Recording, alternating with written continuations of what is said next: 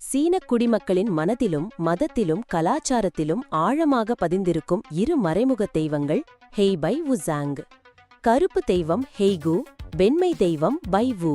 இவர்கள் இருவரும் சுமந்துள்ள மர்மமும் மதரீதியான பொறுப்பும் மனிதருக்கு எப்போதும் ஒரு பயமும் அதே நேரத்தில் ஒரு விசித்திர ஈர்ப்பும் உருவாக்குகிறது. நம்மை போல் இறை நம்பிக்கையோடு வாழும் மனிதர்களுக்கே இவர்கள் வழிகாட்டிகளாக இருக்கிறார்கள். மரணத்தின் பின் பயணத்தை வழிநடத்துபவர்கள், நன்மை தீமையை தீர்மானிப்பவர்கள், நம்மை நீதியின் பாதையில் நிலைநாட்ட முயலுகிறவர்கள். இந்த இரட்டை தெய்வங்கள் உண்மையில் இரண்டு தற்கொலை செய்த வீரர்களின் ஆன்மாக்கள் என்றும் அவர்கள் உண்மையின் வழியில் நடந்ததால் இறைவனால் பாதுகாப்பாளர்களாக மாற்றப்பட்டனர் என்றும் சொல்வதுதான் பழங்கதை. அவர்கள் நடந்து வரும் பாதை ஒவ்வொன்றும் மரணத்தின் அதிர்ச்சி தடங்களை நிறைந்தவை. இதை மையமாக கொண்ட ஒரு பரந்த கதை பான் வூஜியுவின் அனுபவம். ஒரு ஓவியர் ஒரு வண்ண உலகத்திலிருந்து இருளின் பாதையை நோக்கி பயணிக்கிறார். அவர் ஒரு விசித்திர ஓவியத்தில் அகப்பட்டு மரணத்தின் கீழ்கட்டங்களுக்குள் இழுத்து செல்லப்படுகிறார். மரவலையின் பாலத்தை கடக்கும்போது அவர் சந்திக்கும் தெய்வீக உந்துதல்கள், மரண ஆவிகளின் சோதனைகள், பயம், ஒளி, இருள் இவை அனைத்தும் மனித ஆன்மாவின் பலவீனங்களை சோதிக்கும் வகையிலானவையாகவே இருக்கின்றன. அந்த பயணத்தில் பான் வூஜியுவிற்கு ஹெய்பை வுசாங் வழிகாட்டுகிறார்கள். ஒவ்வொரு சோதனையும் அவரை ஒரு புதிய உண்மையை நோக்கி அழைத்துச் செல்கிறது. நம்மில் எத்தனை பேரால் இந்த பாலத்தை கடக்க முடியும்? இந்த இரு தெய்வங்கள் சின்ன சின்ன விஷயங்களில் கூட நிகழும் நீதியையும் ஒழுக்கத்தையும் பிரதிபலிக்கிறார்கள்.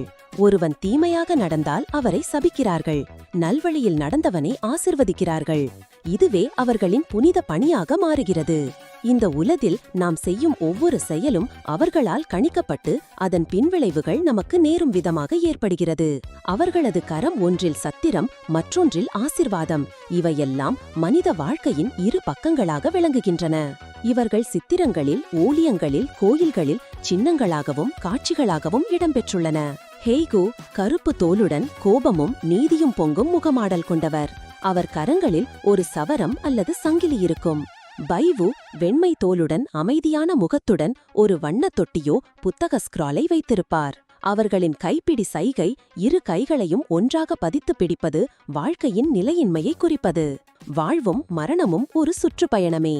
இந்த சின்னம் பௌத்த மதத்தின் அநீதித்துவம் என்னும் முக்கிய கருத்தை அடையாளப்படுத்துகிறது. இவர்கள் பற்றிய நம்பிக்கைகள் சீன மொழியிலும் பதிந்திருக்கின்றன. கருப்பு வெண்மை நிலைத்தன்மை என்னும் சொற்றொடர்கள் வாழ்க்கையின் ஏற்றத்தாழ்வுகளை விளக்க பயன்படுகின்றன. இவர்களது கதைகள், கலை படைப்புகள், இலக்கியங்கள், சினிமாக்கள், தொலைக்காட்சி காட்சிகள் என ஒவ்வொரு கட்டத்திலும் மறுபடியும் மறுபடியும் உருவெடுத்துக் கொண்டிருக்கின்றன. குழந்தைகளுக்கு பாட்டி சொல்வதிலிருந்து புது தலைமுறைக்கே இணையதள கோட்பாடுகள் வரை இவர்கள் நிலைத்து நிற்கிறார்கள். அதோடு பலர் இவர்களை பற்றி தவறாக புரிந்து கொள்கிறார்கள். இவர்களை சிலர் பேய்கள், பழிவாங்கும் ஆவிகள் என்று எண்ணுகிறார்கள். ஆனால் உண்மையில் ஹெய்பை வுசாங் தெய்வீகத்தன்மை வாய்ந்தவர்கள், மனித ஆன்மாக்களுக்கு பாதுகாப்பாக இருக்கின்றவர்கள்.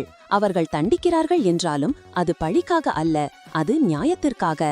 அவர்களது பங்கு உலகை சமநிலையாக்குவது, ஒழுக்கத்தை வலியுறுத்துவது.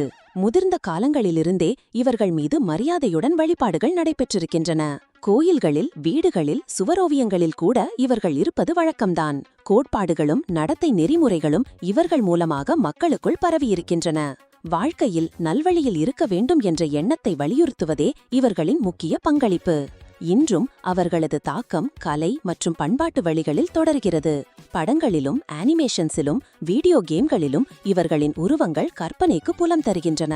இவர் என்றாலே மர்மம், மரணம், ஒழுக்கம், நீதிக்கான வழிகாட்டி என்ற பிம்பம் மக்கள் மனதில் நிலைத்துவிட்டது. சிலர் அவர்களை வெறும் கதைகளாக காணலாம். ஆனால் உண்மையில் ஹெய்பை வுசாங் என்பவர்கள் தெய்வீகத்தன்மை வாய்ந்தவர்கள், மனித ஆன்மாக்களுக்கு பாதுகாப்பாக இருக்கின்றவர்கள். அவர்கள் தண்டிக்கிறார்கள் என்றாலும் அது பழிக்காக அல்ல, அது நியாயத்திற்காக. அவர்களது பங்கு உலகை சமநிலையாக்குவது, ஒழுக்கத்தை வலியுறுத்துவது. முதிர்ந்த காலங்களிலிருந்தே இவர்கள் மீது மரியாதையுடன் வழிபாடுகள் நடைபெற்றிருக்கின்றன. கோயில்களில், வீடுகளில், சுவரோவியங்களில் கூட இவர்கள் இருப்பது வழக்கம்தான். கோட்பாடுகளும் நடத்தை நெறிமுறைகளும் இவர்கள் மூலமாக மக்களுக்குள் பரவியிருக்கின்றன. வாழ்க்கையில் நல்வழியில் இருக்க வேண்டும் என்ற எண்ணத்தை வலியுறுத்துவதே இவர்களின் முக்கிய பங்களிப்பு. இன்றும் அவர்களது தாக்கம் கலை மற்றும் பண்பாட்டு வெளிகளில் தொடர்கிறது. படங்களிலும் அனிமேஷன்ஸிலும் வீடியோ கேம்களிலும் இவர்களின் உருவங்கள் கற்பனைக்கு புலம் தருகின்றன. இவர் என்றாலே மர்மம், மரணம், ஒழுக்கம், நீதிக்கான வழிகாட்டி என்ற பிம்பம் மக்கள் மனதில் நிலைத்துவிட்டது. சிலர் அவர்களை வெறும் கதைகளாக காணலாம். ஆனால் உண்மையில் ஹெய்பை வூசாங் மனிதத்தின் உள்ளார்ந்த நிழல் மற்றும் ஒளி பகுதியை பிரதிநிதிக்கிறார்கள்.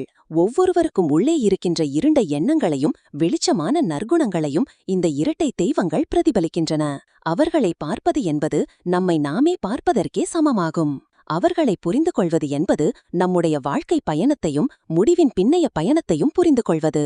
இவர்கள் ஒரு கதை அல்ல, இவர்கள் ஒரு நம்பிக்கை, ஒரு நெஞ்சில் பிறந்த பயம், ஆன்மாவில் பதிந்த ஒளி, வாழ்க்கையும் இரு முனைகளிலும் நம்மை வழிநடத்தும் காவலர்கள், மரணத்தின் அரண்மனையை பாதுகாப்பும் இரு நிழல்கள். ஹெய்பை வூசாங், அந்த கருப்பு வெண்மை நிலைத்தன்மையின் தெய்வீக நினைவுகள். நீங்கள் தயாரா இந்த தெய்வங்களை நேருக்கு நேர் சந்திக்க?